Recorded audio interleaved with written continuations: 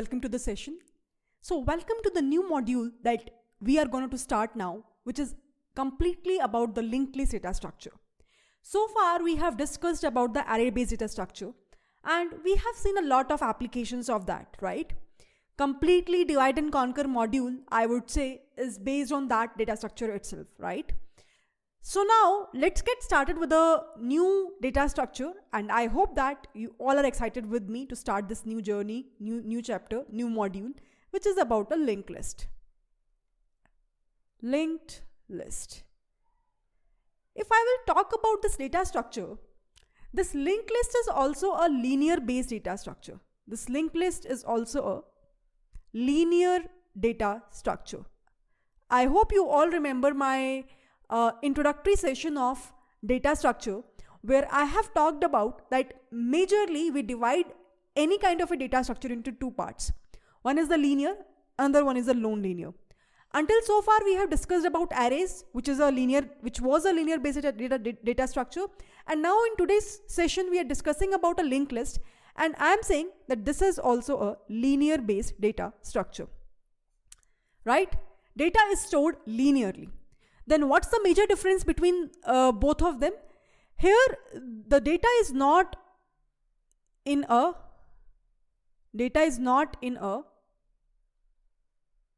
contiguous manner. Usually whenever we had a talk about array based data structure, I told you that in an array we store the data in the form of a contiguous manner, right? So because of that property, the calculation of addresses was also very easy. If you remember, I told you that given a single dimensional array, given the base address, if we want to find out the address of any other element, what we can do directly is that whatever with the base address that we have, plus where we want to reach the value of I, minus the lower bound index, which is by default 0, but it can be other than that also, it all completely depends on you, into the size of that element. With the help of this simple formula, we will be easily able to calculate the address of any of the element. But here in linked list, this kind of property is not there. Meaning, here what you will be having is that you will be having a kind of a node. So here there is an architecture of a node. Node is something which contains two things. One is the data that you want to store inside the linked list. Another one is the pointer. Now what is this pointer all about? Pointer is something which will try to store the address of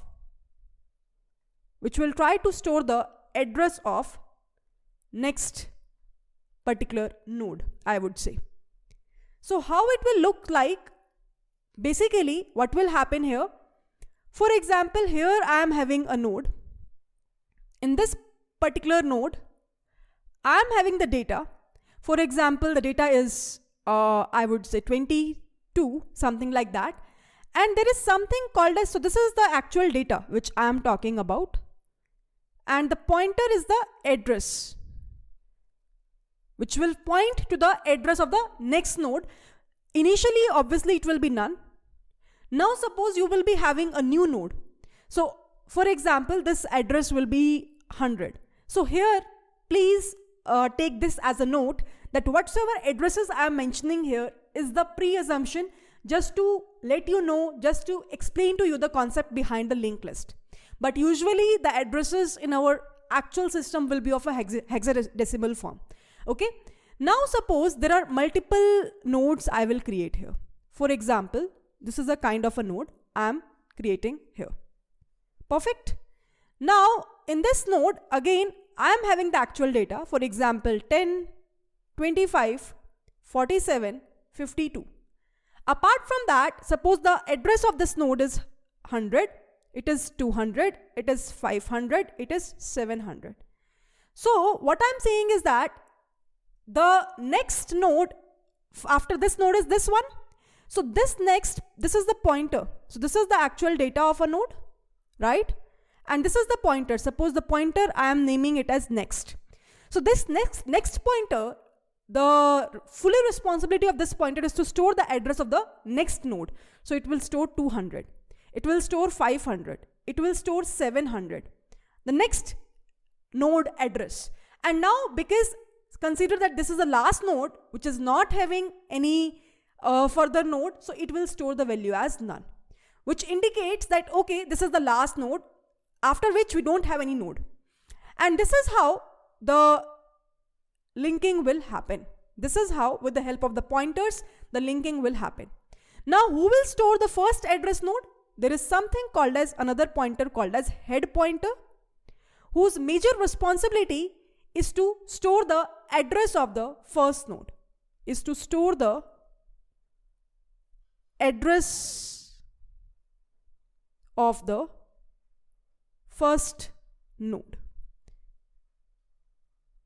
So here what will happen? 100 will get stored and this pointer will start pointing to the first node that we have. And this is the complete sole structure of a linked list, I will say. This is the complete structure of a linked list, I will say. Now here if you will observe how it will be better than the array.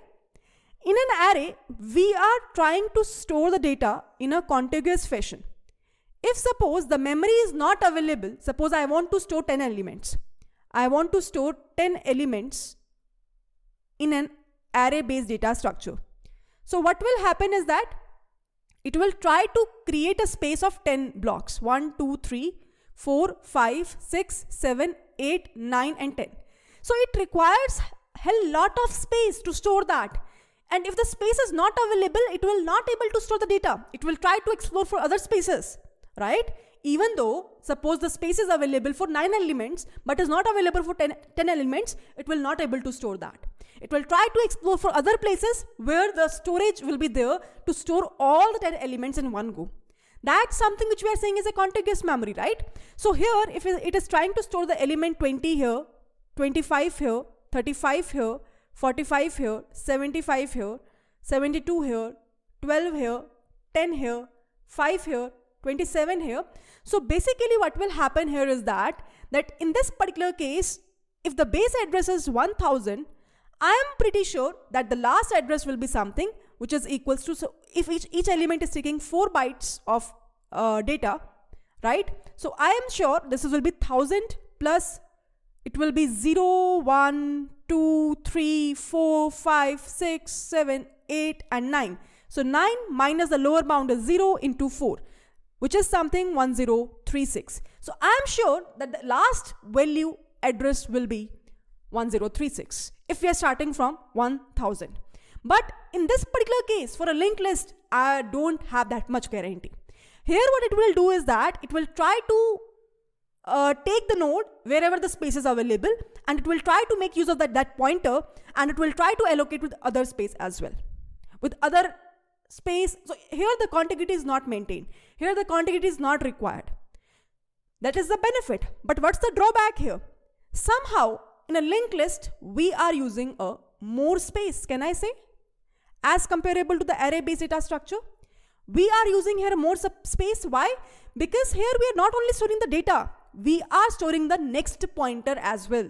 We are storing the head pointer as well. So here, by saying that if we are talking about array, we are just storing the data only. So space requirement is quite less in arrays as comparable to the linked list. Now, when we should go for array based data structure, whenever there is a lesser wastage of space, whenever there is a fewer insertions and deletion operations required, wherever there is a lesser modification of an array is required, can I say? Now, that is fine. Now, if we will talk about the operations specifically. For example, you have been given a record of elements. You have been provided a record of students' data. Students' data. And in that data, I am saying that there is a very quite frequent operations of insertions and deletions. Insertions and deletions. At that point of time, which particular data structure is preferable? So, when we talk about this scenario, your answer should be the linked list. Because array takes a lot of time to modify the data. That's what I told you, right? Whenever there is a modification, there is more modification inside the array is required, for example, insertion or deletion, we will prefer to go for the linked list as comparable to the array-based data structure.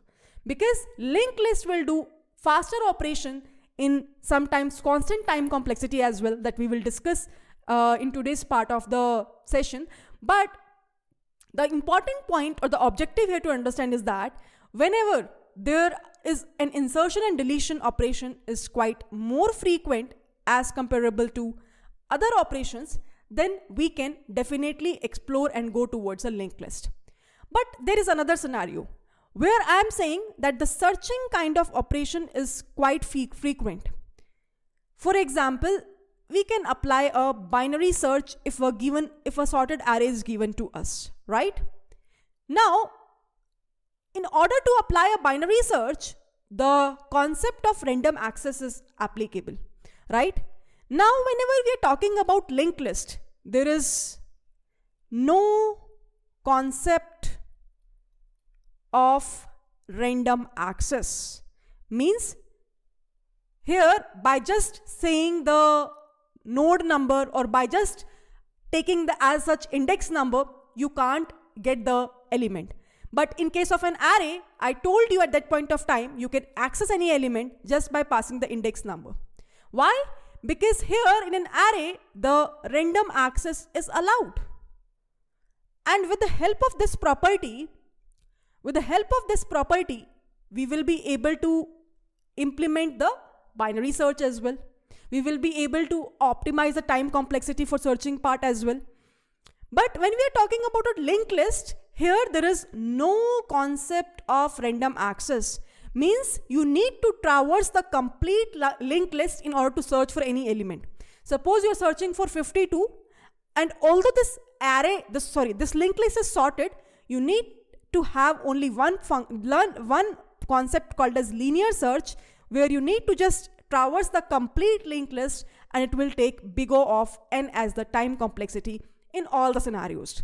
But when we are using an array, we can do the same thing using a binary search in a complexity of big O of log of n. So by saying this, when we are talking about a searching operation, or when we are saying that searching operation is quite frequent, we can easily go for an array-based data structure. We can easily go for an array-based data structure because of its property of a random access, which is not there in case of a linked list. So this is a quite common question which can be asked, but usually people will not able to answer that. So whenever the insertion and deletion operation is quite frequent, we can easily go for a linked list because array take a lot of time. In worst case scenario, it will take big O of n, right? When we are talking about searching operation, because there is a property of a random access, which is applicable for only the array-based data structure, we can go for a array-based data structure. Okay, so here also we can see that depending upon the situation or depending upon the scenario, we can simply choose what data structure to use. Can I say what data structure to use? Correct? Very important point. So that's why I usually told you, if you remember the lecture of why data structures are required, at that point of time also I just talk about the same part, that whenever we are talking about different kind of scenarios, then different needs of data structures will come, because few data structures will work preferably well as comparable to other ones, right? So what we have covered up in this session, mainly this is the very first session, that's why I don't want to jump into any advanced concepts here.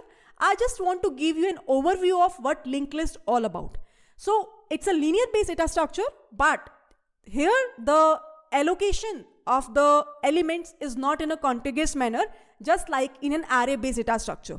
But yes, it's a linear based data structure, just like an array based data structure.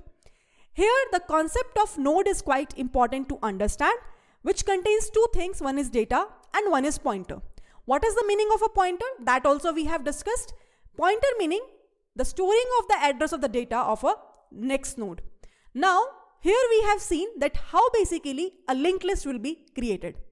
Afterwards, we have seen that what is head pointer, what is next pointer. So next pointer is something which is storing the address of the next element, and the head pointer is something which is storing the address of the very first node. After getting that point, we came across that how basically it would be beneficial over array, right? What are the pros of linked list over arrays, and what are the cons of linked list over arrays? So those things also we should be having in our head whenever we are dealing with any of the problem, any of the scenario in real-time problem as well. We should have an understanding that what particular data structure we should go ahead, right? So with this note, I would like to end this particular session. In the next upcoming video, you will see that we are trying to do the insertion of any of the element in a linked list, right? So let's get started with the insertion part, and I hope that you will enjoy this portion of linked list as well. A lot of interview questions have been asked from this module as well. So we will try to discuss those interview based questions at the very end of this module, and I hope that it will really help you all in cracking all the product based companies, right?